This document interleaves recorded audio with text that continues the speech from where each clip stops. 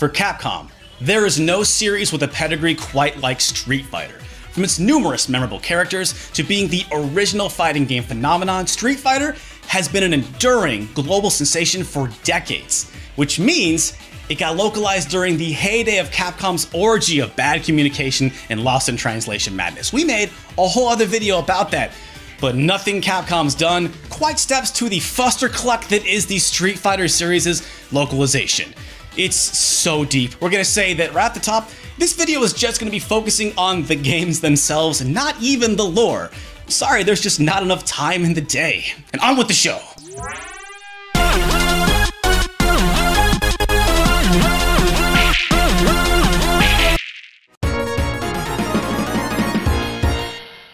Of course, we gotta start at the beginning, Street Fighter 1. Released in arcades in 1987, it was a pretty big hit for its time, but I don't know, I've always found it hard to go back to this one. My first exposure to it was the TurboGrafx port called Fighting Street. Now, the Japanese PC Engine port was also called Fighting Street, so you really can't claim this is a weird localization decision, just a weird decision. But look at that cover! That's Mount Rushmore! That's not a street, that's a monument. Fighting Street, see me after class. Again, Street Fighter was pretty successful and a decent step forward in the fighting game genre, though it was no Street Fighter 2, we'll get back to that later. A successful arcade game meant one thing in 1987, and that is a glut of questionable PC ports. There's a lot of meat here, but we're gonna focus on the weirdest, and that is the ports for the Commodore 64. That's right, ports. There are actually two Street Fighter 1 ports for the C64, and according to a C64 wiki, they were both sold together in the same package, which almost sounds too crazy to be true. Oh, it's crazy alright, but it's also incredibly not uncommon. What? Is this Ben Patton from Portscenter here to school me on PAL region ports? I'm sorry to say it is. Hello. Hey, so I guess give me the scoop. What's the dish? This is the sort of thing that just happened in the 80s and even the early 90s. The license to develop home computer ports of games would be given to different companies in the US and Europe, resulting in systems like the Commodore 64 getting two separate ports of the same game, often of wildly varying quality. Wow, so just a wasteland of beautiful garbage. The reasons for this have never quite been clear. It might just be down to, business logistics or the different television standards, but sometimes, as was the case with Street Fighter, even the publishers knew the port was a dud, and they'd slip the alternative American version on the B-side of the tape to give the illusion of variety, or something. Yeah, well, I guess there was variety, but in the case of Street Fighter 1, neither port is particularly good. The US version was made by Pacific DataWorks, but we want to draw your attention to the infamous makers of the EU version, Tiertrex. Not only did they make a port of questionable quality, they followed it up with a sequel. That's right, we have our first unofficial sequel to Street Fighter 1, 1989's Human Killing Machine. Ooh, man, where to start? Sorry, quick question. Yeah. Is he a killing machine who is also human, or is he a killing machine who specifically targets humans? Your guess is as good as mine. Let's just start with the facts here. This Western exclusive is running off the same engine as their port of Street Fighter and stars Quan from Korea, aka not Ryu from Japan, who goes around the world fighting a colorful cast of characters, including prostitutes, a waiter that throws wine bottles at you, and a dog! Ah, that answers my question. Everyone knows waiters aren't people. But don't worry, despite the name, Quan doesn't actually kill any people or four-legged friends, and he does not appear to be a robot or any type of machine. But with sprite animations like this, who can really be sure? Tiertrex would go on to make their own sequel to another Capcom game, Strider, which eventually made its way to the Sega Genesis as Journey from Darkness Strider Returns. A game so good, Capcom would eventually make their own Strider sequel, effectively erasing this stinker from the Striderverse. They'd also go on to handle the Game Boy Color port of Toy Story Racer, which is actually... Thank you, Ben. Oh, we're not doing that? Sorry, yes, that game is amazing, but look how much time is left in this video. We have to stay on Street Fighter. Alright, guess I'll do my own video about it then. But you guys hang tight, have fun, and I will catch you on the flippy floppy. I think you mean American B-side? But thanks, Ben, good luck! And I mean that sincerely, man, good luck. Because that Tiertrex pit, that pit's deep. But anyway, that's all besides the point, because it's time to talk about Street Fighter's second unofficial sequel, 1990's Street Fighter 2010, The Final Fight. This is not to be confused by another game that was an unofficial sequel in name only. Final Fight, don't worry, you're gonna get your own video. Street Fighter 2010 The Final Fight, which, yes, came out after Final Fight hit arcades, is confusing. It's obviously a game shoehorned into the Street Fighter franchise because it's completely different. It's a middling action platformer starring Ken, who is now a cyborg scientist trying to avenge his dead lab partner. And okay, no hate on Ken, but out of everybody from the first game's roster, Ken is the last character I'd expect would abandon his love of fighting for a new passion, science. But maybe I just need to be more open-minded. In keeping with what's become tradition for Capcom's How the West Was Worse fodder, there's evidence that Street Fighter 2010 The Final Fight can be blamed on Capcom USA, and even that Capcom Japan not only had little to do with the development, but was fully aware of what a bad idea this whole thing was. First, there's some technical code stuff relating to Capcom Japan deleting the subtitle The Final Fight from the Japanese version's title screen, though still keeping it in the ROM. They also completely reworked the story, making Ken a Kevin, a cyborg galaxy policeman trying to bring the evil parasite forces to justice. But who really created this ultimate cyber cop?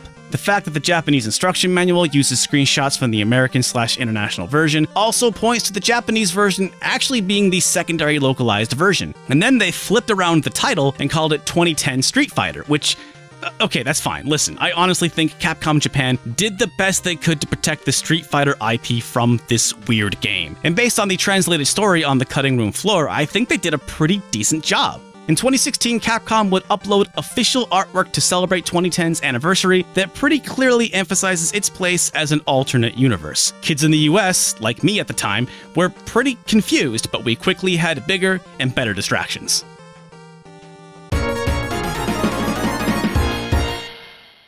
Street Fighter 2, a game that needs no introduction. I mean, this is when Street Fighter finally became Street Fighter. It changed arcades and the world forever after coming out in 1991, but would introduce a slew of massive localization problems. Let's start with the bosses. It's very well known that 3 of the 4 main bosses had their names changed in the international version, but it really just comes down to one boss, Boxer, or Balrog, or really M. Bison. First, some quick context. You've heard of Mike Tyson, right? International 1980s boxing superstar whose reputation took a nosedive in the 90s? Well, in 1987, Nintendo released Mike Tyson's Punch-Out for the NES, a few months after the original Street Fighter came out in arcades. This timing is significant because Street Fighter 1 featured an American boxer named Mike. Capcom's always been a bit risk-averse when it comes to potential lawsuits, and when the characters were carried over to Street Fighter 2, Capcom USA put the kibosh on it. Or at least that's our theory. Canonically, Mike and M. Bison/Balrog are completely separate characters. However, Street Fighter V Arcade Edition indirectly acknowledges this in a special ending for Balrog, where Balrog wakes up in bed in his boxing gloves from a nightmare where a bunch of journalist babes mistake Mike for him. It's fun, but what isn't fun, depending on your definition of fun, I guess, is that this one name change took down 2 other characters. And here, I'm just gonna throw up a chart because it's just too dumb to say out loud, so here you go. It never made sense to me to switch 3 characters when Vega and M. Bison are a fine switch on their own. I mean, his stage in Street Fighter 2 is in Las Vegas. Vega is right there in the name. Vega, the boxer in Vegas. I mean, makes sense to me. Maybe I'm crazy. At any rate, this change persists to this very day, where the 3 characters are sometimes referred to as Boxer, Claw, and Dictator on international streams to avoid confusion. The name swappening was even referenced in Street Fighter 4 in the small airfield stage, where depending on which of the 3 fighters are fighting, their name swap brother would appear in the background. Unfortunately, this unwarranted name-changing trend would continue for the series, but would reach new heights of head-scratching. Big Boss Golki had his name changed for the West, but they chose another Japanese name, Akuma, which, I mean, like, why even change the name at all? You could have just changed the spelling of Golki, put an H in there. I don't know. Akuma's a cool name too, but you don't have to change them. Stop it. And then later down the line, there was Nash and Charlie, and I don't even know what they were doing. Other weird choices made for the Western release of Street Fighter 2 had to do specifically for America, because of course it did. There's concept art for Guile, which says he's an average stat character created just for Americans to use, which is strange since Ken was already an American Golden Boy Ryu. Ken, or really Ken Masters, is an interesting case because he's one of the only original 12 Street Fighter characters with a last name, even though a lot of characters were given last names for like the movie. Not even Ryu, who is basically Street Fighter's Beyonce and therefore doesn't need a last name, escaped this. But that's the future, and in terms of last names in the early 90s, there was only our boy M. Bison and of course, Mr. Edmund Honda. So why did Ken become Ken Masters? Or even when did Ken become Ken Masters? It's common to see Mr. Edmund in console instruction books, but not so much for Mr. Masters, so what's the deal? Well, after the unprecedented success of Street Fighter II, seriously, the Super Nintendo version is independently one of Capcom's best-selling titles of all time, Capcom made a licensing deal with Hasbro for some sweet Street Fighter II merchandise. No way! Wait! There's Guile, Ryu, Zangief, Blanca, and Dalsim! What's a Dawson? Oh! This is when they, maybe after noticing that Mattel also had a cutie patootie airhead named Ken in their doll lineup, decided to add the surname Masters. But Ken Masters, or M. Bison, or even Zangief's originally planned name Vodka Gabalski isn't even the tip of the iceberg when it comes to clumsily applied names in Street Fighter II, but that will come later. Because remember, all this mess we just talked about, we were mostly just talking about the arcade version. The Super Nintendo port introduced some fun as well. This port came with fewer win quotes and other info in the international version because Japanese is a physically shorter language than English that literally takes up less memory on a Super Nintendo cartridge. As a consequence of this, the number of character win quotes were cut way down, meaning that if Guile beat Chun-Li, he'd tell her to go home and be a family man, which, okay, that's just rude. Win quotes would create another, very specific, gigantic mess that we'll cover in a bit, so keep that in your back pocket as we skip forward in the timeline to easy breezy 1994 when Street Fighter was riding high and could do no wrong. Except for when they did. Street Fighter, the movie. You'll have to do better than that. Okay. I don't know if I want to say it's famously terrible, but you definitely know what I'm talking about. And if you don't, there are a couple of good videos that break that whole movie down. But we instead are going to focus on the games, that's right, games, that it spawned. The first one, of course, being Street Fighter the movie for the arcades, which you may be surprised to know is not the same as the console version. Amazingly, it was originally going to be Street Fighter 3, but that didn't work out. This arcade game was developed by Chicago-based Incredible Technologies, a relatively obscure company who, though they had made their own arcade fighting game Time Killers, didn't seem to have many more qualifications beyond living in the same town as these folks. Oh yes, Mortal Kombat. You see, things actually weren't really all that hunky-dory in Street Fighterland, because the series was spinning out with reiterations of itself while Mortal Kombat was muscling in on their territory. Capcom needed something fresh, something for the future, and I guess that's why they almost went all in on a pretty shallow attempt to cash in on Midway's success. But it was not a success for Capcom. In fact, Street Fighter the movie for arcades is one of the few Street Fighter games to never see release in Japan. Once again, Western exclusive games are among the worst. However, the West wasn't the exclusive home for the console versions released a few months later for PlayStation and Sega Saturn. Even though this is a massively retooled and by most accounts improved version of the game developed in-house at Capcom USA, it is still considered a low point for the series. I also regret to inform you that while it is often referred to as Street Fighter the movie, the game, it is actually just a game called Street Fighter the movie. Again, I think Japan got the better deal here. Street Fighter Real Battle on Film. Oh god, it's so dumb. Love it. Of course, they needed a different name to avoid confusion with the Japanese-only Street Fighter II movie, which is a really weird game that just makes my head hurt. Sheng, we just move along. Wait. Oh, I must have written that down incorrectly. Boy, that was a silly mistake. Alright. Okay, fine. We can't keep dancing around this dragon-armed elephant in the room any longer. Folks, it's time to talk Shenlong. Alright, now it is time for the biggest localization blunder of all of Street Fighter, maybe all of Capcom, one that's lasted almost the entire series. Whew.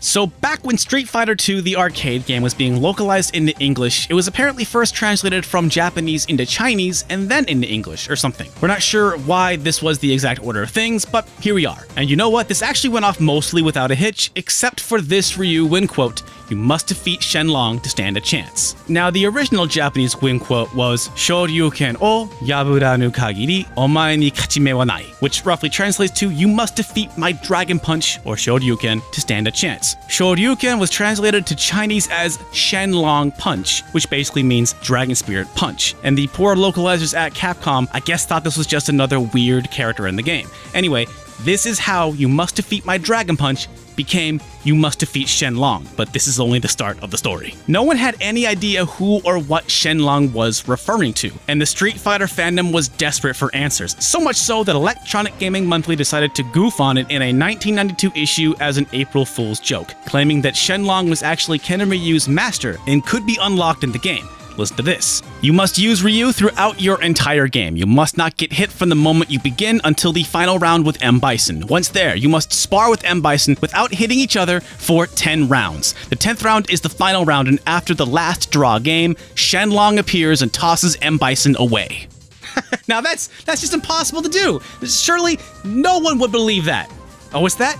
It got reprinted as true around the world? Yeah, this article went viral in a 1992 sense of the word. Shenlong's existence was even put into side media related to Street Fighter, like in this Hong Kong-based comic. But by the time the Super NES port came out, they had fixed the translation goof and everything was settled. Oh, wait, let me look at that instruction book. Yep, there it is. Yes, even though Capcom USA had managed to take Shenlong out of the actual game, Ryu and Ken's character bios both list them as students of Master Shenlong. I think this really underscores just how bad the communication between Capcom Japan and Capcom USA really was in the 1990s, and is also why I think we'll be making these videos forever. Remember, Shenlong is a mistranslation of the Chinese word for Shoryuken. He does not exist. By December 1992, things were so bad that EGM even included an award in its end-of-the-year issue for Best Trick That Didn't Work that admitted it was just a hoax. But that toothpaste could not be put back in the tube. In 1993, Shenlong even appeared in Malibu's incredibly weird, dark and gritty 90s as hell take on Street Fighter 2, which, by the way, is a wild ride. If you ever have the chance, check it out. Oh my god, did Ken get scalped? Capcom would have a chance to get the narrative back later that year when a sensei character for Ken and Ryu named Goken was introduced in Masaomi Kanzaki's Street Fighter II manga. This is the first time the name Goken had appeared in anything related to Street Fighter, and the name and general outline of the character would be adapted as official backstory in Super Street Fighter II Turbo. General outlines. Remember, folks, we just don't have the time and energy to go all in on the lore of Street Fighter for this video, sorry. But that's not the only thing that Super Street Fighter II Turbo brings to the table in our farce of a tale. In response to the Shenlong rumor, Capcom added a secret, extremely powerful character to the game named Akuma, or Gouki in Japan. The similarities between how you unlock EGM's Shenlong and the actual Akuma are too big to ignore. Basically, you have to make it to M. Bison without continuing, in less than 25 minutes, or while achieving a high score. At the start of the round, Akuma will warp in and just demolish M. Bison. You can also unlock him as a playable character, though the way to do it is incredibly specific and difficult to do. Really, the addition of Akuma by Capcom is truly brilliant. They addressed the obvious demand for a secret character without having to lose face by admitting their mistake. Including Akuma into the mix mostly cooled things down. Capcom didn't officially acknowledge Shenlong. Well, actually they almost did, but it got left on the cutting room floor. Yes, the arcade version of Street Fighter the movie, the game that, if you remember, was almost Street Fighter 3, almost included Shenlong as a playable character. I mean, he's in there, but he's just mentioned in some of the endings. However, Incredible Technologies talked Capcom into having Shenlong as a playable character. According to game developer Alan Noon, they dressed up a random stuntman with a Fu Manchu mustache, the blindfold, and a scaly dragon arm. Yes! A dragon arm! And it was approved by Capcom. Criminally, they approved it too late, so it had to be cut from the final game, which, man, how would that have changed the course of history? Unfortunately, the pictures and captured footage of Shenlong are locked on a CD somewhere at Incredible Technologies, so we had our friends at Studio Goblin mock one up for us. Check out that dragon arm. Hell yeah, all about that dragon arm. But all this was never made public, and Shenlong lay dormant until the ramp-up for the actual Street Fighter III's release. In April 1997, Electronic Gaming Monthly again posted a joke feature about Shenlong and even went so far as to make the first letter of every sentence spell April Fools. You'd think this would be a dead giveaway, but apparently the article was believed by many people, including people at Capcom USA. Like, I know long-distance calls were expensive back then, but like, come on, guys. In the period after Street Fighter 3 came out, fighting games, well, Capcom fighters, entered an era known as the Dark Times, a period where arcades were dying out and internet wasn't quite good enough to support online play. Shenlong's dragon-powered arm lay dormant once again. Until 2008, when Capcom started promoting Street Fighter 4 on, you guessed it, April 1st. Yes, April Fool's Day 2008, Capcom itself teased the inclusion of a certain special character that you could unlock by winning every round as Ryu with the perfect and then unleashing a Shoryuken. Alright, spoilers. Capcom did not actually put Shenlong in Street Fighter 4. Instead, they put in Gouken, who is totally not Shenlong. Sure, he has a complicated method to unlock him, but it's totally different from anything EGM made up. Really, Capcom did it. Capcom managed to navigate almost 2 decades of localization mistakes without ever admitting it. I think that means Capcom pulled like a double perfect on us. Okay, well, they did eventually admit it, kinda. While Shenlong never found his way into the troubled Street Fighter V, he was added as a profile on the Capcom Fighters Network website that calls him a living legend that causes anyone to see him to die within 24 hours. And while Shenlong never made it into an official game, take comfort in that the modding community's got your back and will let you have the ultimate fight against Capcom's largest localization whoopsie. Thanks to Ben Padden from Portscenter for helping out with this video, and you know what? That's it! For Street Fighter anyway. Capcom is a topic this channel has never been able to keep away from, so keep your eyes peeled for the next time when How the West Was Worse covers another legendary Capcom series, Final Fight. If you'd like to see this video before it comes to YouTube, or vote on what we're going to do after that, support Stop Skeletons from Fighting on Patreon like all of these awesome people here. Be sure to like the video, join in on the discussion below, subscribe, tell a friend, and we're always making new videos. We're always working on new videos. We always got new videos coming. So we'll see you again real soon.